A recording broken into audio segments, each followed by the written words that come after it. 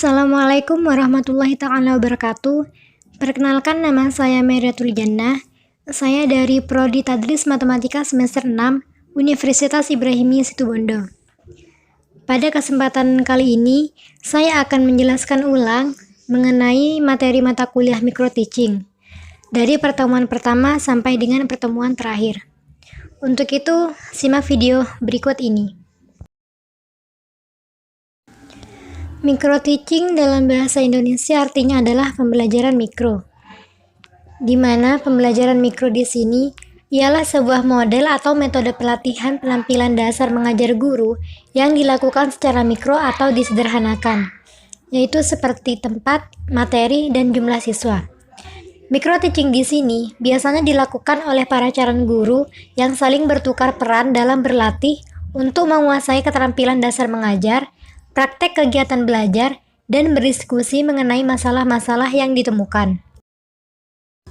Sedangkan definisi microteaching menurut para ahli, salah satunya adalah menurut Sukirman di tahun 2012 yang menyatakan, microteaching adalah sebuah pembelajaran dengan salah satu pendekatan atau cara untuk melatih penampilan mengajar yang dilakukan secara mikro atau disederhanakan. Sedangkan menurut Barnawi dan Arifin di tahun 2016, microteaching adalah metode yang digunakan di lingkungan pendidikan guru dan lingkungan belajar mengajar lainnya. Fungsi microteaching sendiri, di sini ada 4 fungsi. Yang pertama adalah fungsi instruksional, di mana fungsi ini adalah merupakan fasilitas praktek latihan bagi calon guru untuk berlatih dan memperbaiki serta meningkatkan keterampilan pembelajaran, juga latihan penerapan pengetahuan metode dan teknik mengajar dari keilmuan yang telah dipelajari secara teoritik. Sedangkan yang kedua yaitu ada fungsi pembinaan, di mana dalam microteaching fungsi ini dijadikan tempat membekali calon guru dengan memperbaiki komponen-komponen mengajar sebelum terjun ke kelas yang sebenarnya.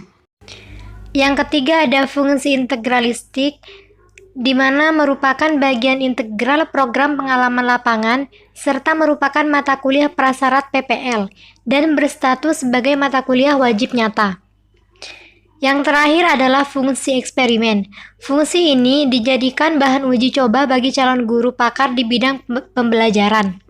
Misalkan contohnya, seorang guru berdasarkan penelitiannya menemukan suatu model pembelajaran. Maka, sebelum penemuan ini dipraktekkan di lapangan, alangkah baiknya terlebih dahulu diuji cobakan di dalam microteaching ini. Adapun tujuan dari microteaching sendiri yaitu yang pertama adalah untuk membantu calon guru atau guru menguasai keterampilan-keterampilan khusus agar dalam latihan tidak mengalami kesulitan. Yang kedua, meningkatkan taraf kompetensi mengajar bagi calon guru secara bertahap dengan penguasaan keterampilan-keterampilan yang akhirnya dapat diintegrasikan dalam mengajar yang sesungguhnya. Serta yang terakhir, tujuannya yaitu adalah calon guru dapat mengevaluasi kekurangan dirinya di dalam mengajar. Berikutnya yaitu penjelasan mengenai etika profesi dan standar kompetensi guru. Siapa sih guru itu? Dalam filsafat Jawa, guru artinya digugu dan ditiru. Sedangkan di India, guru adalah orang suci dan sakti. Di Jepang, guru disebut sensei atau yang lebih dituakan. Semuanya memiliki arti yang sama, yakni mengajar. Jadi kesimpulannya, guru adalah orang yang memberikan pengetahuan atau ilmunya kepada orang lain. Adapun tugas guru di zaman dulu dan zaman sekarang tentulah berbeda. Tugas guru di zaman dulu yang pertama adalah mengajar dan menyodori siswa dengan muatan informasi pengetahuan. Sedangkan yang kedua, guru dipandang paling mengetahui dan satu-satunya sumber informasi. Namun di zaman sekarang, tugas guru yang pertama yaitu derasnya informasi, tidak mungkin guru bersikap paling tahu. Yang kedua, guru mengajar bagaimana siswa belajar. Sedangkan yang terakhir, berusaha mendapatkan informasi dari berbagai sumber untuk memfasilitasi kebutuhan siswa. Berikutnya penjelasan mengenai etika. Apa sih etika itu? Etika adalah ilmu tentang filsafat moral, yaitu mengenai nilai. Etika adalah ilmu tentang tingkah laku. Serta ada pula yang menyebutkan bahwa etika adalah ilmu yang menyelidiki mana yang baik dan mana yang benar. Perilaku etika meliputi: pertama, pertanggungjawaban; kedua, pengabdian; ketiga, kesetiaan; keempat, kepekaan; kelima, persamaan; dan yang terakhir yaitu adalah kepantasan. Berikutnya yaitu penjelasan mengenai profesi. Profesi adalah bidang usaha manusia berdasarkan pengetahuan, di mana keahlian dan pengalaman pelakunya diperlukan oleh masyarakat. Adapun definisi di atas meliputi 3 aspek. Yang pertama, ilmu pengetahuan tertentu. Yang kedua, aplikasi kemampuan atau kecakapan.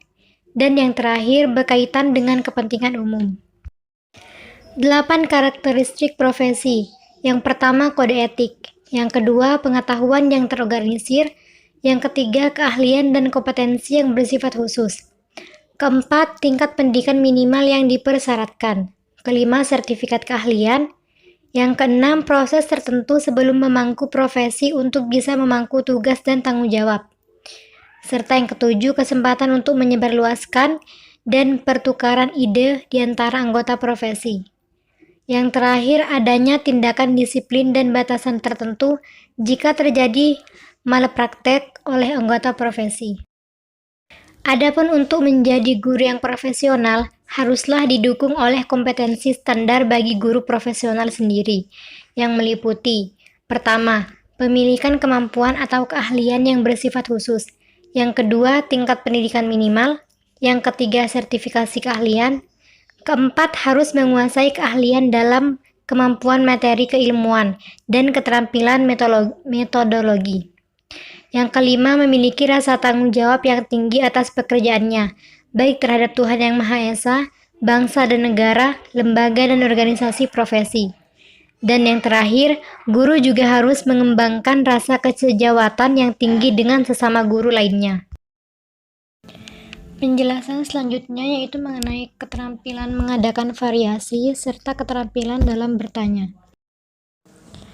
Kegiatan mengadakan variasi ini perlu dilakukan untuk menghindari rasa jenuh.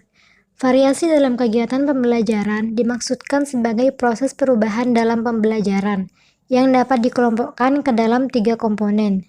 Yang pertama yaitu adalah cara mengajar, kedua, penggunaan media dan alat pembelajaran, serta yang ketiga, pola interaksi dan kegiatan peserta didik. Adapun prinsip dari kegiatan mengadakan variasi. Yang pertama, harus sudah terencana dan diberitahu sebelumnya kepada peserta didik, agar proses dapat berjalan lancar. Yang kedua, harus memenuhi kewajaran dan keluasan sesuai dengan tujuan pembelajaran yang telah ditetapkan. Serta yang ketiga, disesuaikan dengan tahap perkembangan psikologi peserta didik. Dan yang terakhir, disesuaikan dengan tujuan, waktu, tempat, media, dan sarana yang ada di sekolah tersebut. Sekarang beralih kepada penjelasan tentang keterampilan bertanya. Keterampilan bertanya di sini dapat merupakan kunci untuk meningkatkan mutu dan kebermaknaan pembelajaran, di mana guru harus terampil merencanakan dan menetapkan keterampilan bertanya dalam setiap proses pembelajaran, agar siswa bisa termotivasi untuk menghadapi pertanyaan atau menyelesaikan permasalahan. Kebiasaan yang harus dihindari dari kegiatan bertanya. Yang pertama, menjawab pertanyaan sendiri. Yang kedua, mengulangi pertanyaan sendiri. Pertanyaan yang sudah jelas bila diulang-ulang akan mengganggu konsentrasi peserta didik. Yang ketiga, membuat pertanyaan yang ganda. Keempat, mengulangi jawaban peserta didik. Sebaiknya dilakukan oleh sesama peserta didik dengan tujuan penekanan dan keaktifan.